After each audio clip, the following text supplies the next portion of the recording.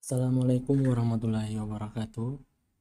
Selamat siang teman-teman sekalian. Pada kesempatan ini kita akan mempelajari terkait glikolisis. Ya, glikolisis itu merupakan suatu bentuk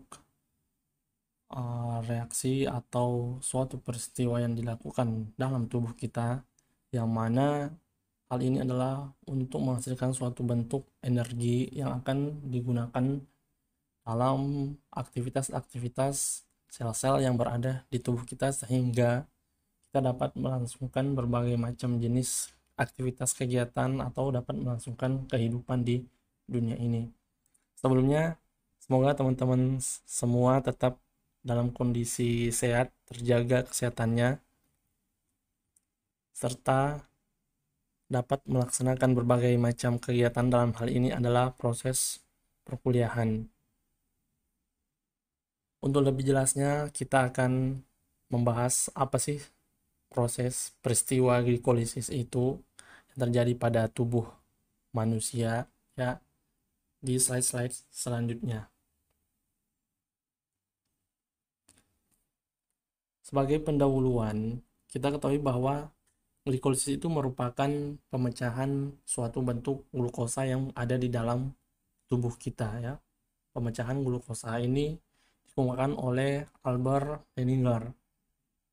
Jadi glukosa, ya, atau zat-zat glukosa yang kita konsumsi dari berbagai macam bahan makanan maupun minuman kemudian masuk ke dalam tubuh kita, itu tidak semerta-merta utuh keluar dari tubuh kita dengan hal yang sama, ya, dalam bentuk kondisi fisik yang sama, akan tetapi itu akan dilakukan suatu bentuk pemecahan, yang mana pemecahan dari glukosa ini akan dihasilkan suatu bentuk ATP, ya, atau energi-energi yang akan digunakan oleh reaksi-reaksi atau peristiwa-peristiwa sel-sel yang berada dalam tubuh kita, yang akhirnya kita dapat melakukan berbagai macam aktivitas fisik. Nah, jadi yang pertama yang perlu teman-teman ketahui bahwa glikolisis itu adalah pemecahan glukosa. Kemudian yang kedua adalah glukosa itu dipecah secara sistematis, ya, dimana pemecahan secara sistematis itu berupa asam pirufat dan energi, ya, dan itu bentuknya dalam NADH dan ATP, seperti itu. Kemudian yang selanjutnya adalah proses glikolisis ini, peristiwa glikolisis ini terjadi dalam sitosol, ya, terkhusus pada bagian protoplasma. Sitosol dalam protoplasma, ya, tepatnya di protoplasma.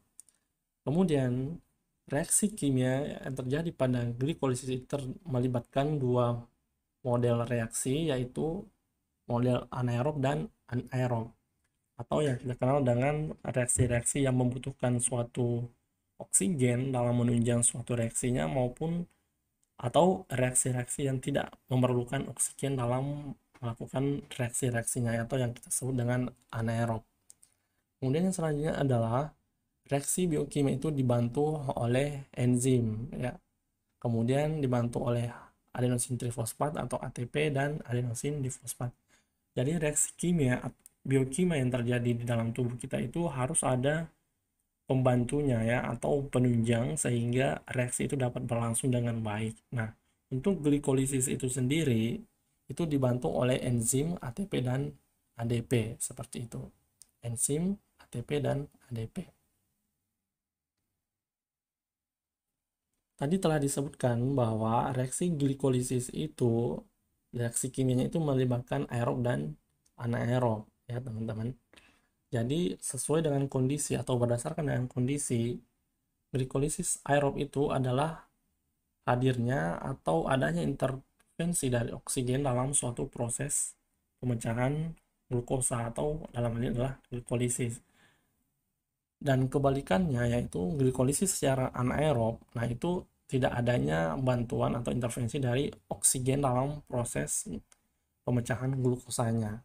Jadi poinnya itu adalah hadirnya oksigen dan tidak adanya atau tidak terdapatnya oksigen dalam suatu peristiwa reaksi kimia glikolisis.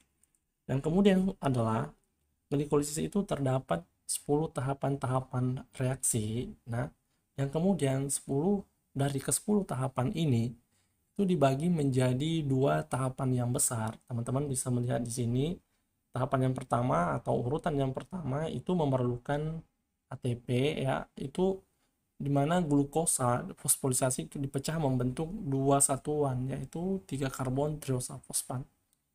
Kemudian tahap yang kedua atau urutan yang kedua dalam skala besar ya, pemecahan secara besar tahapan besar itu adalah membangkitkan ATP atau menghasilkan ATP, di mana di sini adalah adanya gliseraldehid 3 fosfat kemudian diubah menjadi laktat.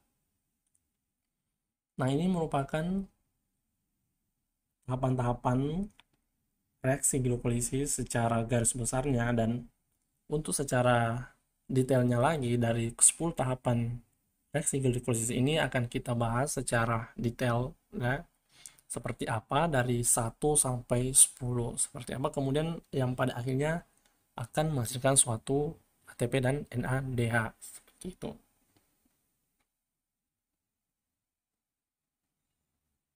Nah, perlu teman-teman ketahui bahwa proses glikolisis itu adalah merupakan bentuk dari respirasi seluler ya.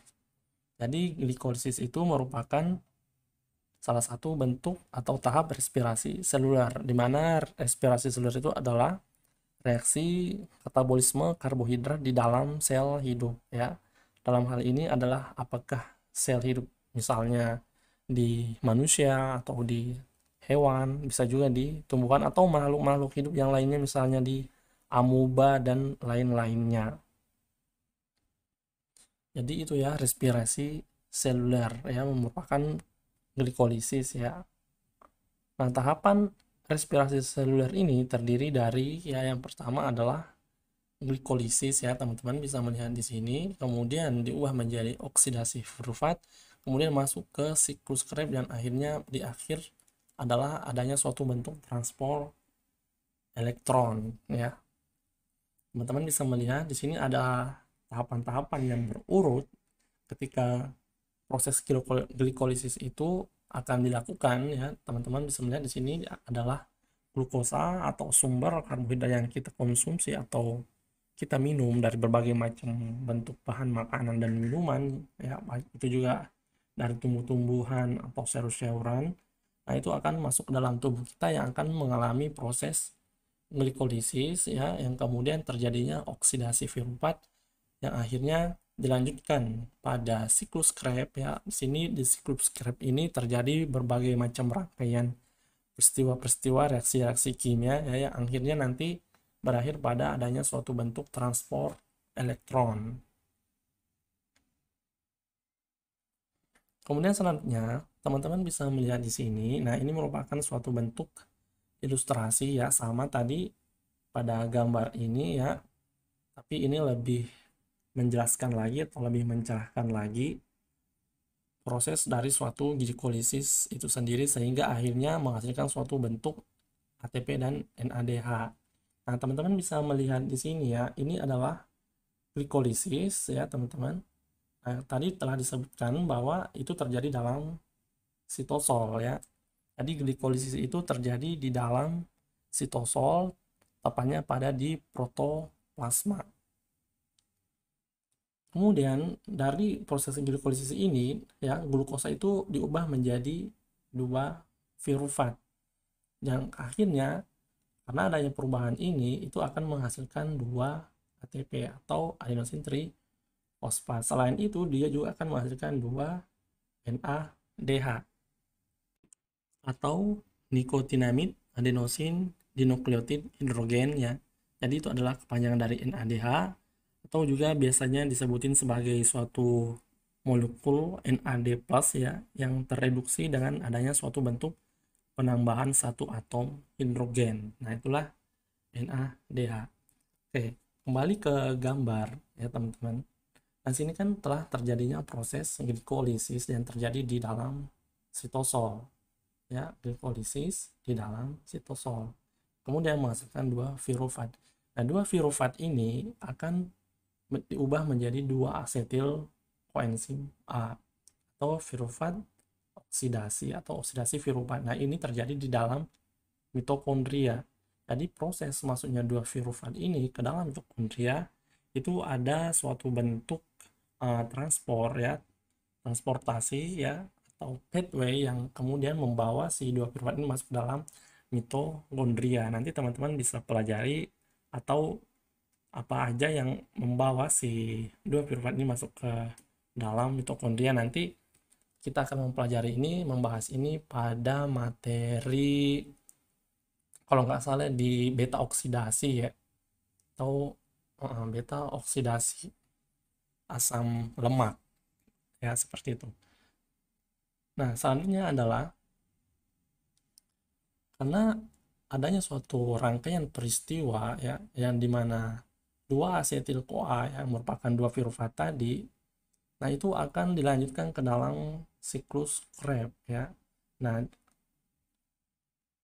dari oksidasi pirufat tadi itu akan menghasilkan dua NADH juga ya, sama pada proses glikolisis menghasilkan dua NADH ya. Dalam pirufat oksidasi itu, oksidasi pirufat itu juga menghasilkan dua NADH.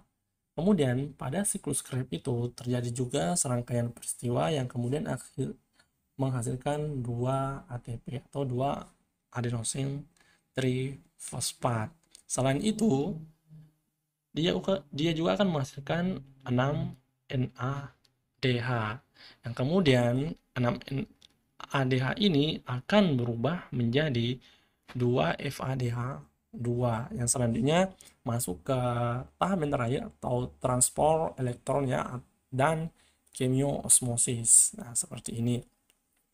Sehingga akhirnya dalam transport elektron itu akan menghasilkan kira-kira ya 26 atau 28 adenosin trifosfat. Sehingga jika diakumulasikan dari proses glikolisis ya sampai di proses transport elektron, itu akan menghasilkan sebesar sekitar 30 atau 32 ATP ya, seperti itu. Jadi ini merupakan gambaran yang lebih apa ya, meskipun belum terlalu detail tapi bisa memberikan suatu informasi bahwa proses glikolisis itu hingga terbentuknya suatu energi itu melalui beberapa rangkaian peristiwa reaksi kimia di dalam tubuh ya, di dalam sel tepatnya ya. Yang pertama mulai dari glikolisis, kemudian adanya oksidasi pirufat, kemudian masuk ke reaksi-reaksi siklus Krebs yang akhirnya berakhir pada transport elektron dan kemioosmosis yang kemudian akan menghasilkan energi sebesar 30 atau 32 ATP seperti itu. Oke. Nah, kemudian selanjutnya teman-teman bisa melihat di sini bahwa tadi disebutin proses glikolisis itu terdapat 10 tahap ya, yang awalnya tadi dibagi menjadi 2 tahap yang besar. Nah, pada saat ini kita akan membahas ya mulai dari tahap 1 dari proses glikolisis itu sendiri. Nah, tahap 1 itu adalah adanya fosforilisasi glukosa oleh ATP. Nah, maksudnya sini tahap pertamanya itu ya adalah reaksi ini dibantu oleh enzim ya. Di sini melibatkan suatu enzim heksokinase atau glukokinase ya. Jadi reaksi pada tahap ini atau fosforilasi glukosa melibatkan enzim tadi, yang mana enzim tersebut akan memisahkan satu kelompok fosfat dari ATP dan kemudian akan menambahkannya ke glukosa. Nah, kemudian glukosa itu akan menjadi glukosa 6 fosfat ya. Seperti ini ya, teman-teman.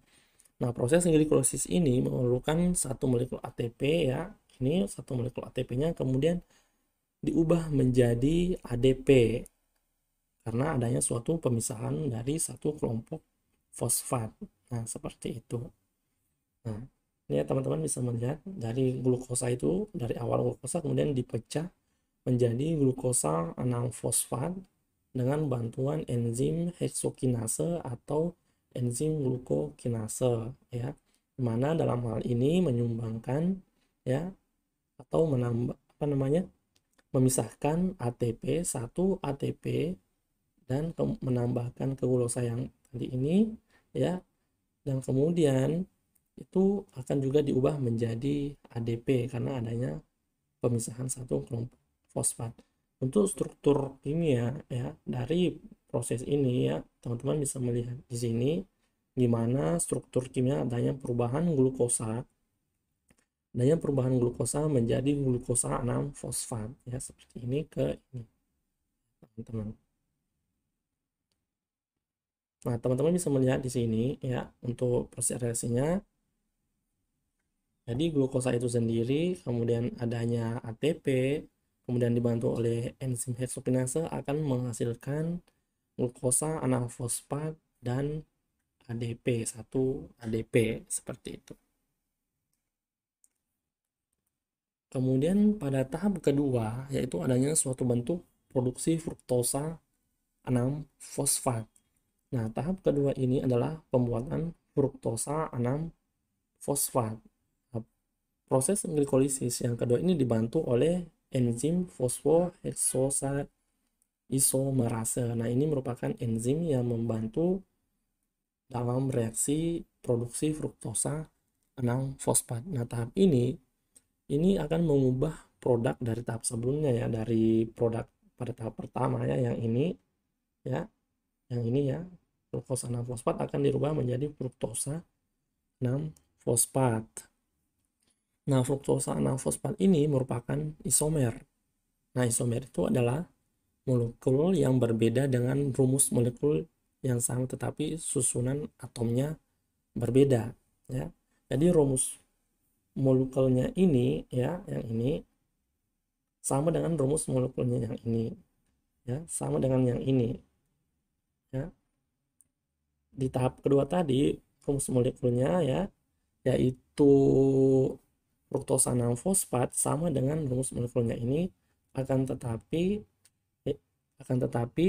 susunan atomnya itu berbeda ya teman-teman. Kalau lebih melihat dengan jelas ya, susunan atomnya berbeda ya, ini dia, ini yang glukosa 6 fosfat, ini yang fruktosa 6 fosfat, susunan atomnya berbeda tapi rumus molekulnya sama ya. Ini teman-teman bisa melihat di sini prosesnya, glukosa 6 fosfat kemudian dibantu dengan enzim fosfoglukoisomerase akan menghasilkan fruktosa 6 fosfat atau disingkat dengan F6P. Ini adalah tahap kedua dari proses glikolisis.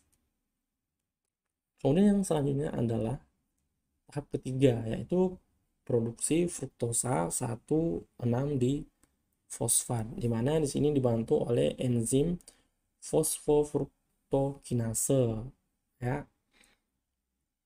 Fruktosa ya, yang isomer 6 tadi ya, fruktosa 6 fosfat itu akan diubah menjadi fruktosa 1,6 di fosfat dengan penambahan kelompok fosfat, adanya penambahan kelompok fosfat.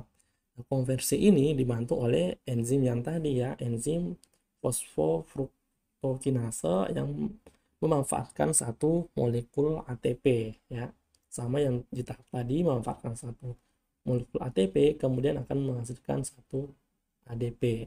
Untuk rumus molekulnya seperti ini ya teman-teman, ini adalah fruktosa 6 fosfat dan ini adalah fruktosa 1,6 di fosfat. Nah, ini ya bisa dilihat seperti ini. Ini adalah merupakan tahap 3 dari glikolisis. Kemudian yang selanjutnya adalah tahap 4, atau di sini adalah suatu reaksi atau suatu aktivitas di mana fruktosa ya dari produk tahap 3 itu akan dipecah ya, fruktosa 1,6 di fosfat akan dipecah.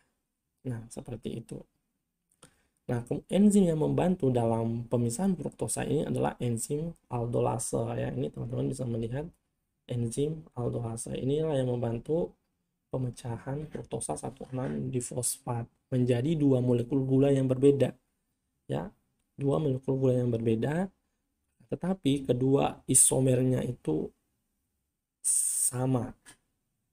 Nah, kemudian gula yang terbentuk itu adalah gliserildehid ya, ini dia molekul yang terbentuk gliserildehid 3 fosfat dan dihidroksiaseton fosfat. Nah, itu yang terbentuk. Nah, teman-teman bisa melihat di rumus molekulnya ini adalah fruktosa 1,6 difosfat, kemudian karena adanya pemecahan dengan bantuan enzim aldolase, maka terbentuklah gliserildehid 3 fosfat dan juga terbentuk dihidroksiaseton fosfat. Nah, teman-teman bisa melihat ya di sini, kalau teman-teman perhatikan di sini ya. Jadi dihidroksiaseton fosfat itu dapat berubah menjadi gliseril aldehid trifosfat, tentunya dengan bantuan enzim teriosa fosfat isomerase. Artinya apa? Jadi gliserildehid 3 fosfat ini merupakan suatu bentuk substrat yang akan melanjutkan proses glikolisis ke tahap-tahap selanjutnya nanti ya. Nanti kita bahas.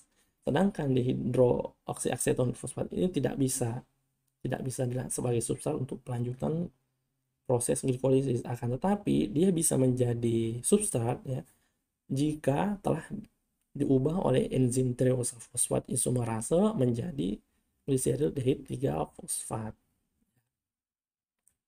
Jadi ini harus berubah ke sini dulu baru bisa. Akan tetapi gliserildehid 3 fosfat ini tidak bisa berubah menjadi ini ya, nggak bisa seperti itu. Nah, teman-teman bisa melihat di sini ya, fruktosa 1,6 bifosfat kemudian dibantu dengan enzim aldolase itu akan menghasilkan dua produk ya, atau gliseril 3 fosfat dan dihidroksiaseton fosfat. Ini adalah tahap pemecahan ya, makanya disebutin tahap pemecahan karena dipecah menjadi dua ya. Nah, ini terjadi di tahap 4. Kemudian selanjutnya adalah di tahap kelima atau interkonversi 2 glukosa. Tahap kelima ini berhubungan dengan di tahap yang keempat tadi ya. Karena di tahap kelima ini itu melibatkan gliserildehid trifosfat ya, yang tadi produk yang ini ya, dan juga melibatkan dihidroksiaseton fosfat ya, ini dia ini. Jadi tahap 4 dan tahap 5 ini bisa dikatakan dalam satu tahap sebenarnya, tapi untuk lebih menjelaskannya, mendetailnya dipecah aja gitu menjadi dua tahap, tahap 4 dan tahap 5 seperti itu. Nah, pada tahap 5 ini ya, interkonversi 2 glukosa yang melibatkan gliserildehid 3 fosfat dan dihidroksiaseton fosfat, mana fosfat dari dihidroksiaseton itu ya, fosfat dari dihidroksiaseton ini itu merupakan molekul hidup pendek. Artinya molekul hidup pendek itu adalah molekul ini dibuat secara cepat kemudian diubah menjadi fosfat gliseril dehid oleh enzim fosfat terose ya, oleh enzim yang ini tadi, enzim fosfat seperti itu. Artinya gini, jadi dalam totalitas tahap keempat dan kelima tadi, kelima ini merupakan glikolisis menghasilkan dua molekul fosfat ya, gliserildehid.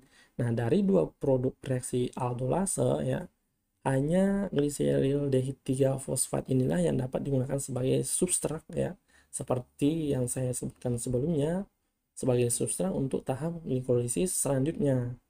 Akan tetapi ya, dihidroksiaseton fosfat ini itu juga dapat dimanfaatkan sebagai substrat, akan tetapi dibutuhkan enzim tirose fosfat isomerase untuk mengubahnya menjadi ke gliserildehid 3 fosfat ke ini ya.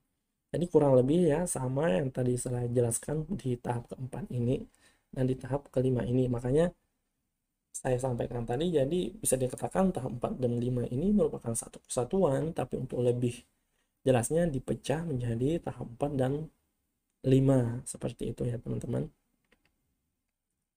Jadi produk gliseril dehid 3 fosfat ini adalah merupakan substrat yang akan digunakan tahap glikolisis selanjutnya ya, di tahap ke-6 ya, seperti itu.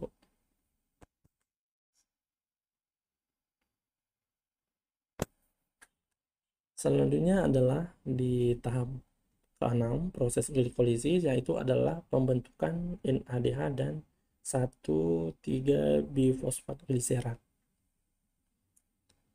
Nah, teman-teman bisa melihat di sini ya, produk yang tadi substrat gliseraldehid 3 fosfat di tahap 5 tadi, dengan adanya bantuan enzim fosfat dehidrogenasi yang ini, itu akan membentuk ini ya, 1,3-bifosfat gliserol dan NADH. Ini dia ya teman-teman ya. Jadi dalam tahap kanan ini melibatkan dua reaksi yang penting. Nah, yang pertama adalah pembentukan NADH dari NAD+ ya. Ini tadi di awal telah dijelaskan ya teman-teman. Jadi NADH itu adalah suatu bentuk molekul yang adanya penambahan satu atom hidrogen ya, NAD+ yang ada penambahan satu atom hidrogen yang kemudian akan menjadi NADH seperti itu. Jadi pertama ya, pembentukan NADH dari NAD+ dengan menggunakan atau dengan mediator enzim fosfat dehidrogenase terase. Dan kemudian yang kedua ya, adalah reaksi penting yang kedua adalah adanya pembentukan 1,3-bifosfat gliserat ya dari dua molekul fosfat gliserat ini yang dihasilkan pada tahap sebelumnya. Seperti itu.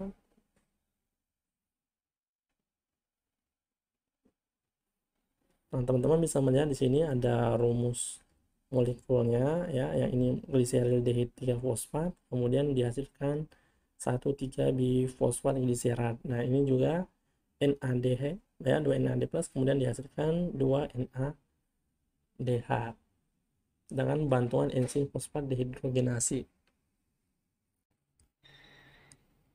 Ya, seperti itu pada tahap yang ke-6.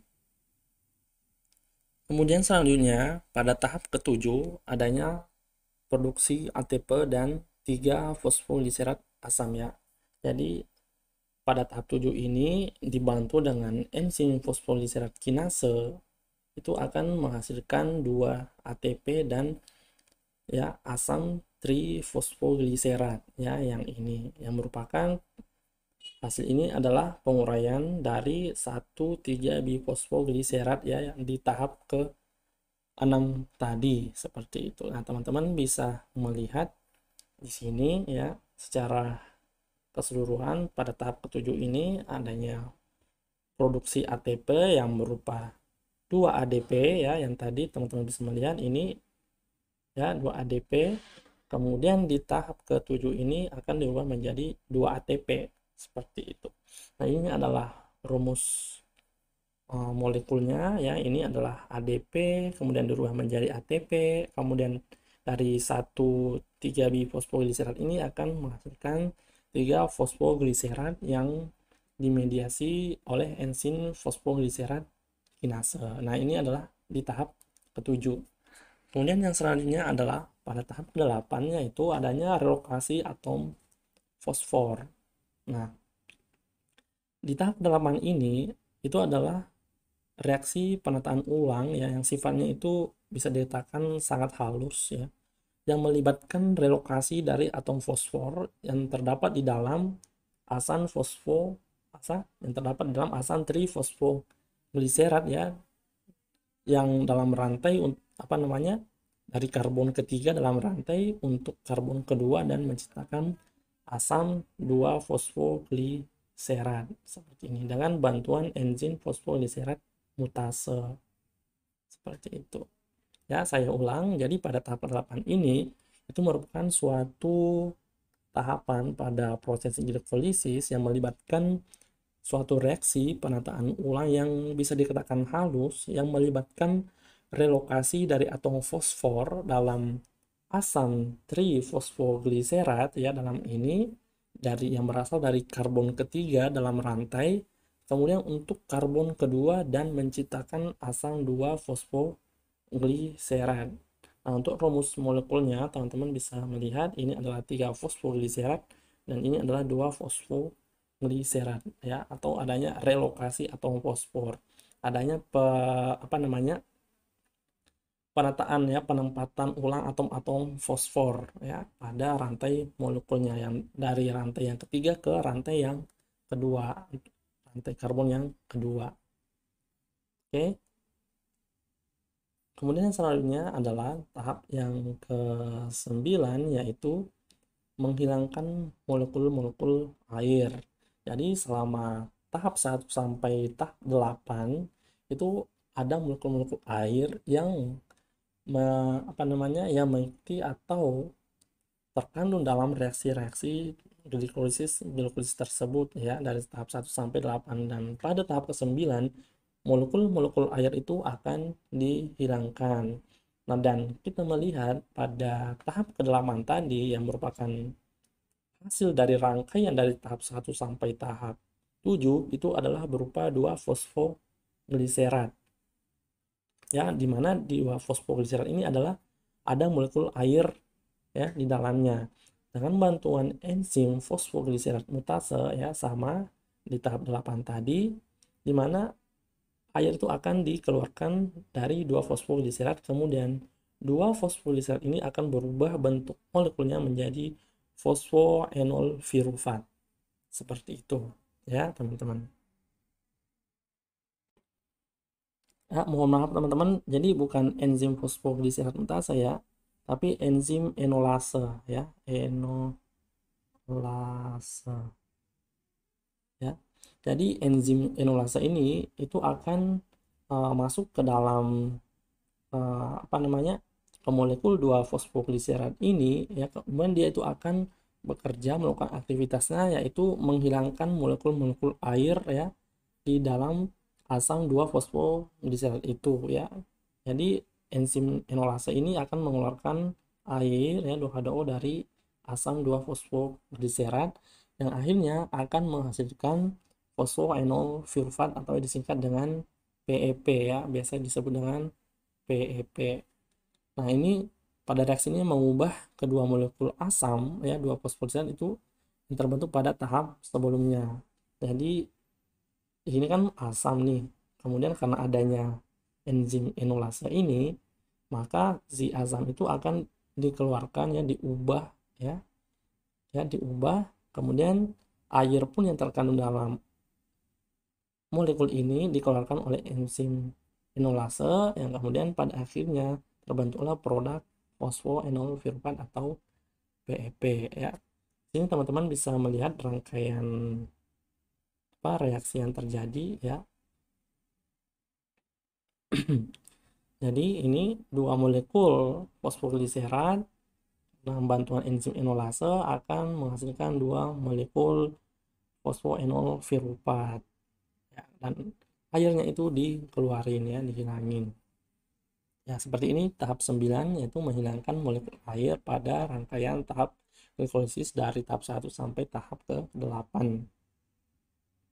Kemudian selanjutnya adalah tahap 10 ya, atau tahap terakhir atau final step pada proses glikolisis itu adalah pembentukan asam virufat dan ATP, adenosin trifosfat. Kita melihat ya teman-teman, di sini adalah fosfoenol virufat yang merupakan produk hasil dari tahap 9 tadi, ya kan? Nah, kemudian fosfoenol virufat ini akan menjadi virufat nantinya dengan bantuan enzim virufat kinase. Ya. Jadi pada tahap ini menghasilkan 2 molekul ATP dan 2 molekul asam virufat dengan bantuan enzim virufat kinase ya. Artinya enzim virufat kinase ini akan ya merubah molekul yang terjadi yang ada pada fosfoenol virufat ya, yang dihasilkan di tahap sebelumnya. Nah, ini dimungkinkan setelah terjadinya transfer dari atom fosfor dari asam fosfoenol virufat untuk ADP. Ini kemungkinan ya.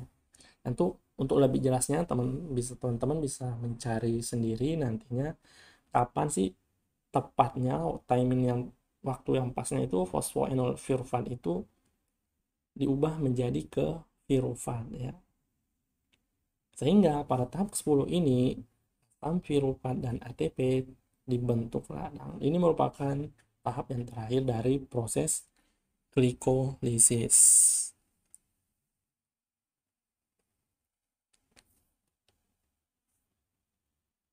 Nah, teman-teman bisa melihat ini adalah suatu bentuk gambaran ya, teman-teman.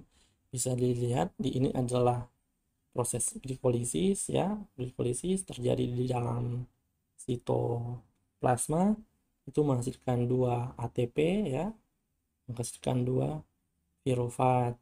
Kemudian masuk ke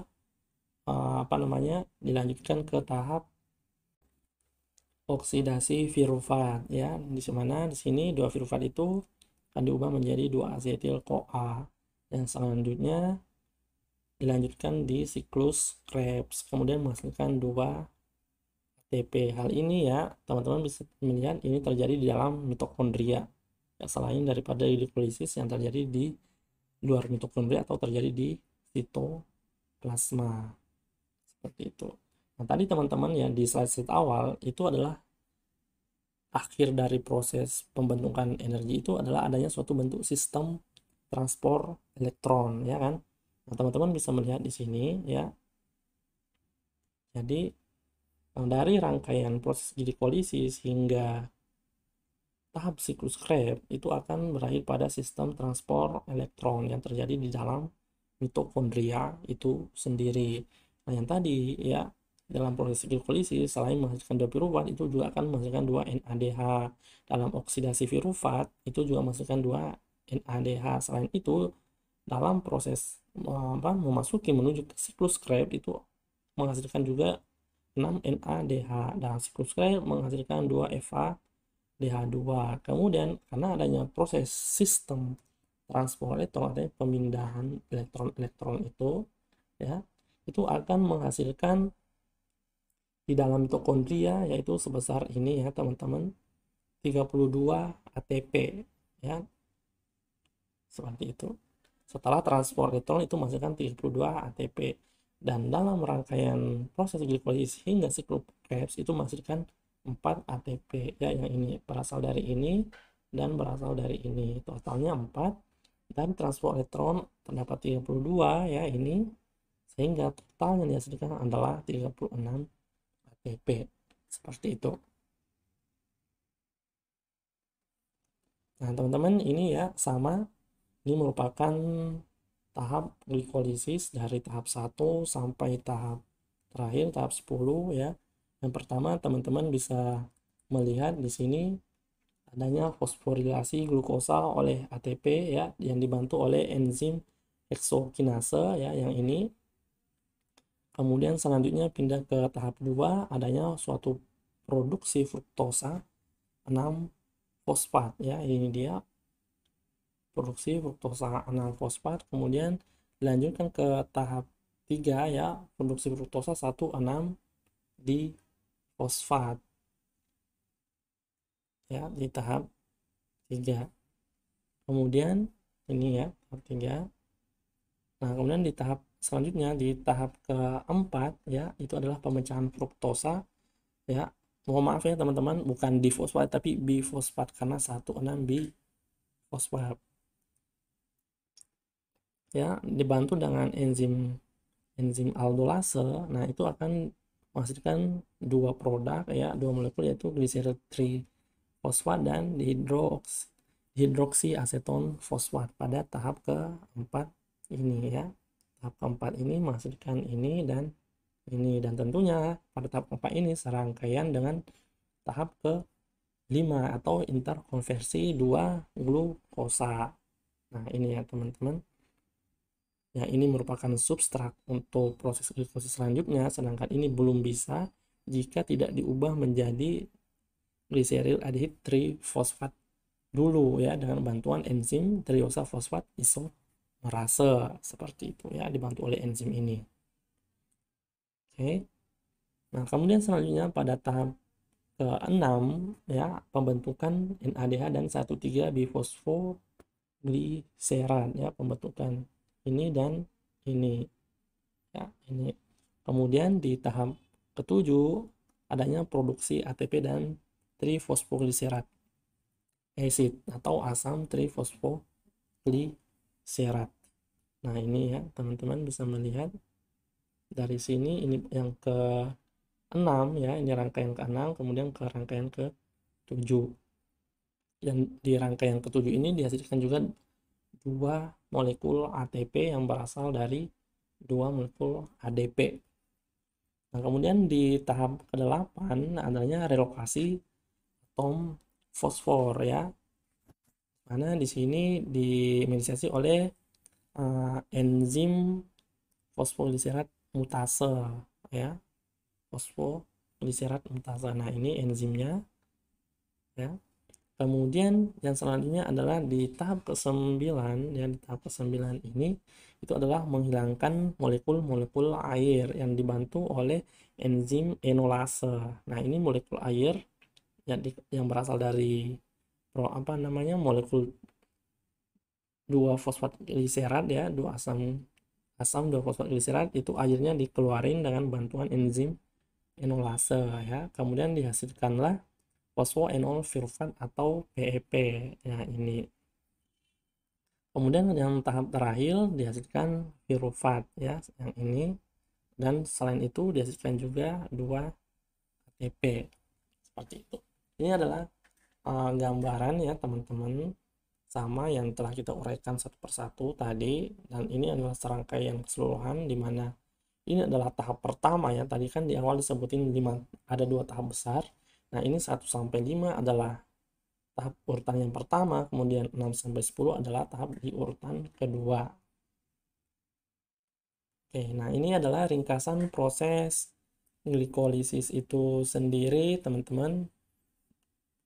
Saya rasa udah pada paham ya, dimana proses glikolisis itu melibatkan pemecahan satu molekul glukosa, kemudian menghasilkan 2 molekul NADH, menghasilkan 2 ATP, 2 molekul air, dan 2 molekul asam pirufat. Kemudian produk-produk dari glikolisis itu selanjutnya digunakan dalam asam sitrat atau siklus Krebs yang merupakan bagian dari respirasi seluler. Nah, ini teman-teman bisa melihat ya, ini ringkasan dari proses glikolisis.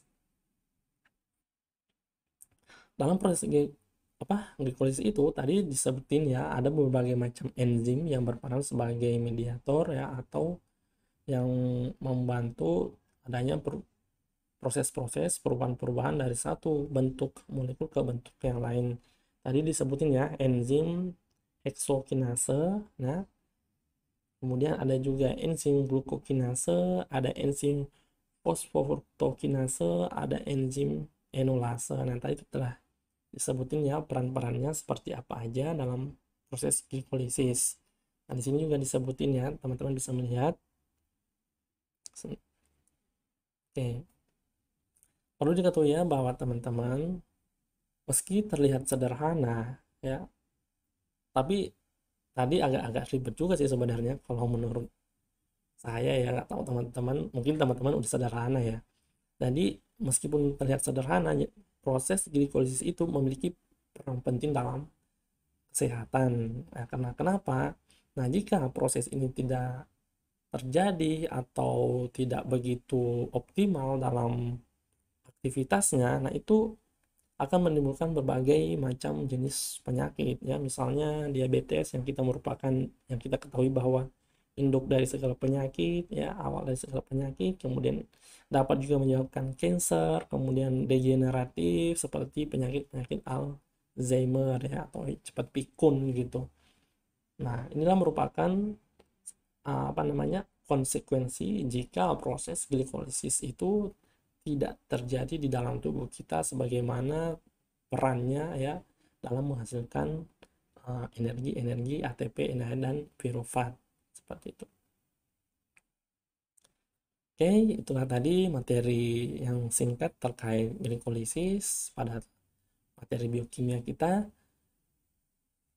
Semoga apa yang disampaikan dalam video pembelajaran ini dapat memberikan penambahan ilmu, wawasan, dan pengetahuan kepada teman-teman sekalian, terkhusus kepada saya sendiri yang masih fakir ilmu. Dan jika terdapat berbagai macam kesalahan pada video pembelajaran ini, itu adalah karena memang kami belum sempurna, mohon dimaafin. Dan terima kasih atas partisipasinya teman-teman dalam menonton, melihat video pembelajaran ini. Kami undur diri. Assalamualaikum warahmatullahi wabarakatuh.